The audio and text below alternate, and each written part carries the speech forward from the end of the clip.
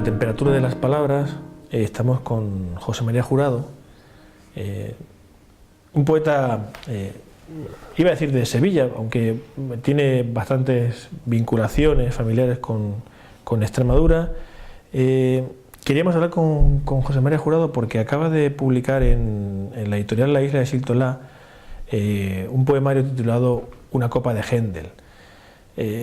No es su primer poemario porque José María tiene ya una trayectoria notable que cuenta ya con unos cuantos títulos, incluso no solamente de poesía, creo. Buenas tardes, José María. Qué buenas tardes, José María, encantado.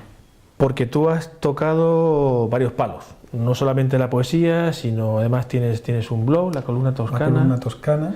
Del que incluso has sacado alguna compilación en algún libro. Sí, un libro que fue Cúpulas y Capiteles, que cogía algunos textos extraídos del blog y añadía también algunos cuentos, con lo cual es, digamos, el libro más en la línea, no diremos fuera de la poesía, porque la poesía siempre está ahí, pero lo que podamos entender más por narrativo o ensayo, ¿no? Ya. Entiendo. Una copa de Händel. Esto sí es poesía. Eso sí es poesía. Esto sí es poesía. Bueno, yo intento que la poesía esté presente en todo, porque la poesía al final es una cuestión que no depende solamente del género o de la forma, sino que debe trascender, yo creo que hasta la vida de las personas, ¿no? Pero si nos atenemos al canon o a las formas estrictas, esto es un libro de poesía. Bien. ¿Y lo de una copa de Händel por qué, José María? Pues mira, una copa de Händel, que es el título del libro, en el fondo es una forma de expresar una epifanía. ¿Por qué? La copa nos remite al vino, a la alegría, a la dicha. Y Händel no nos remite a menos alegría y a menos dicha. Es la felicidad de la cultura, la celebración de los grandes maestros y de la belleza, que es una cosa muy presente en mi poesía. Si yo la junto, hago un brindis. Y en ese brindis, que es un brindis por la belleza, está esta copa. Pero no es un brindis que se quiere quedar en la pura exaltación, sino que quiere ir a más. Es un brindis por la vida. Al final del libro hay una elegía dedicado a un tío mío, Miguel García Posada, maestro de la crítica literaria, que falleció pues hará un año, un año. Y yo con él asistí a una maravillosa representación del Mesías de Händel, cuando él estaba ya muy malito, muy avanzado de su enfermedad. Al final del libro, no está mal desvelarlo aquí, porque yo creo que es la primera vez que se cuenta, en memoria de mi tío Miguel levanto una copa de Händel, con lo cual no es solamente cultura, sino también vida y, por qué no decirlo, muerte. Que forma parte de la vida. Efectivamente, claro. Es una cuestión que debe estar plenamente asumida, la muerte como parte de la vida. Has mencionado un par de términos que a mí me parecen interesantes dentro de tu poesía. Por un lado, vida, y por otro lado, belleza. Tu poesía... José María, la crítica lo ha dicho en varias ocasiones, es una poesía bien escrita. Quiero decir, en este mundo actual en el que parece que todo cabe en un poema y bien hecho, es cierto que todo tiene cabida, pero tu poesía sí que tiene un aire, por un lado moderno. Eso se nota, pero por otro lado también creo que hay un pozo importante de la tradición dentro de la poesía. Me alegra mucho que lo comentes, ¿no? Porque yo sí considero que la poesía no debe perder nunca de vista, debe ir casi más cerca que la navegación de cabotaje a los grandes maestros y a los grandes clásicos. Nosotros tenemos que renovar la forma de decir, porque nuestros problemas, nuestras circunstancias, nuestra vida, aunque en realidad es la misma, pero viene modificada por la temporalidad. Sin embargo, el canon, la forma de la expresión, la manera de expresarse, debe contar o hablar con toda la tradición. Esto yo podría recordar una anécdota, ¿no? Cuando le pidieron a Picasso, que ha sido el mayor disruptor en el arte que ha existido, que pintase un dibujo, lo pintó en 1 minuto. Y le dijeron, bueno, ha tardado usted 1 minuto. Y dijo, no he tardado 1 minuto, he tardado 2000 años.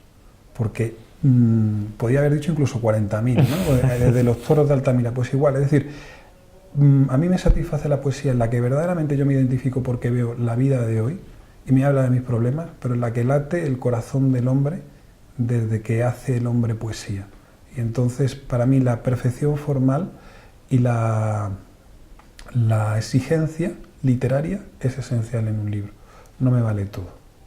Claro, claro. De hecho, por eso te decía que tú que además tienes un blog, es decir, que no eres alguien que esté ajeno al mundo en el que vive. Bueno, a ver, sería a lo mejor un poco petulante decirlo, pero mi mundo profesional es precisamente el de la ingeniería de telecomunicaciones, es decir, nada más, digamos, cercano a lo que pueda ser el estar en la cresta de la ola tecnológica de fenómenos, etcétera, ¿no? Y además ejerzo profesionalmente como ingeniero, con lo cual realmente esa ambivalencia entre lo moderno y lo eterno, no digamos lo antiguo, lo eterno, me gustaría que se reflejara. Otra cosa es que lo hayamos conseguido, ojalá, porque eso está al alcance de muy pocos. Vives en Sevilla, creo, sí.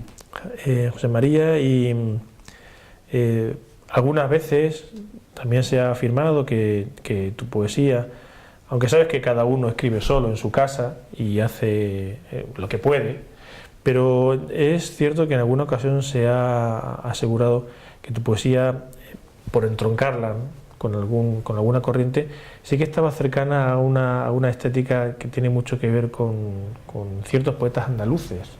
Da la impresión de que esa palabra que tú empleabas, belleza, o ese gusto por el respeto de lo formal, en Andalucía se sigue respetando. En Andalucía existe un tronco de oro de la poesía que arranca más profundamente incluso que desde el barroco, donde ya podría estar a lo mejor Rioja o en el Renacimiento Herrera, ¿no?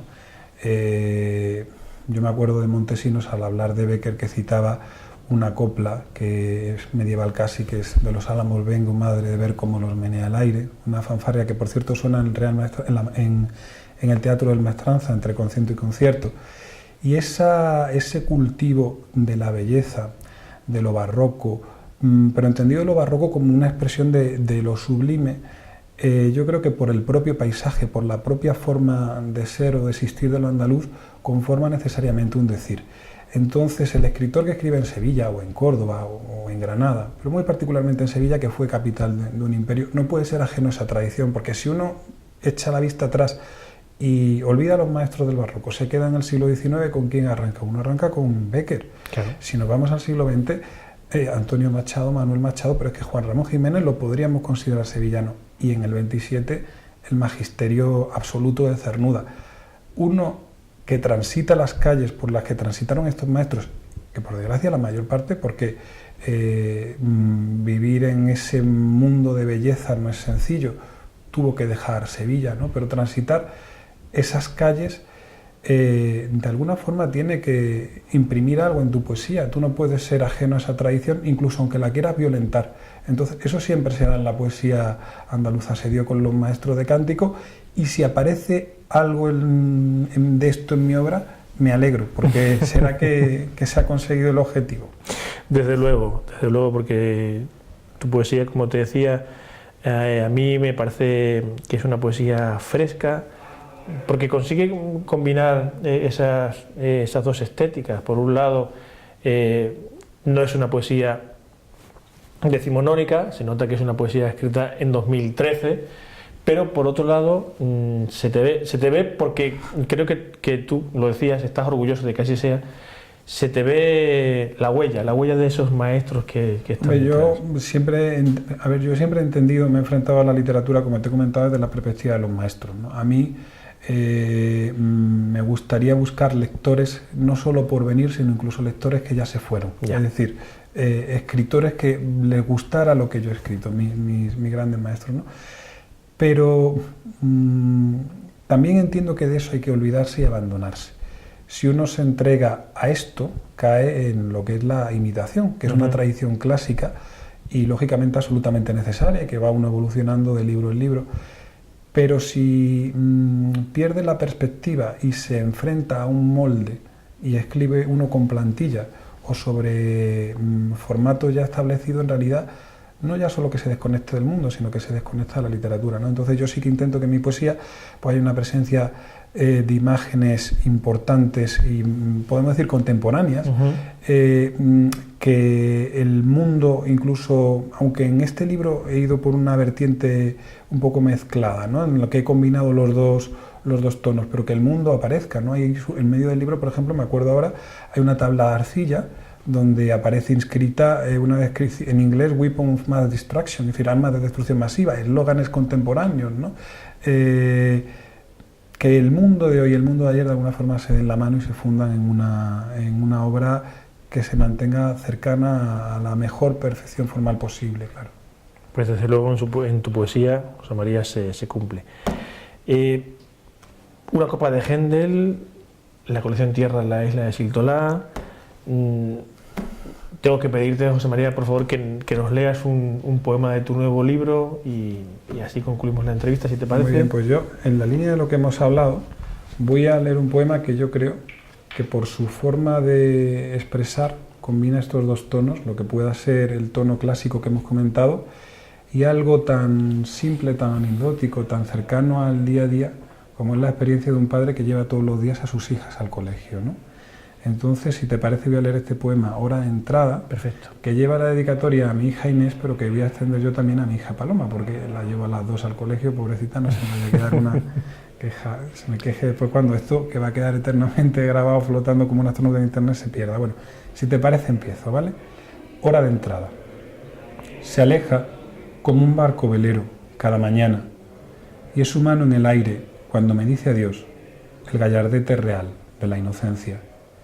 El cemento del patio, herido a picotazos por la lluvia y el tiempo, parece un mapa de la mar océana, con figuras de monstruos abisales y cintas de sargazos que ella cruza, pobre barquilla mía, cada vez más segura. Desde la verja la miro navegar, muerto de miedo y de alegría. A veces gira la cabeza porque aún soy su faro. ¿Y qué luz podré dar? El timbre ha proclamado que el mundo aún está bien hecho, pero al final hay una puerta que la engulle igual que una ballena. Desaparece y yo me quedo solo, agitando el pañuelo de la melancolía. Ha empezado la clase, es mi hora de salida. Estupendo, José María, pues no sé si con una copa de Händel o de cristal de Murano, pero en cualquier caso brindemos por la poesía. Un placer tenerte esta tarde aquí, José María. Muchas gracias, José María, me he sentido muy bien y por la poesía un brindis siempre. Hasta la próxima. Venga.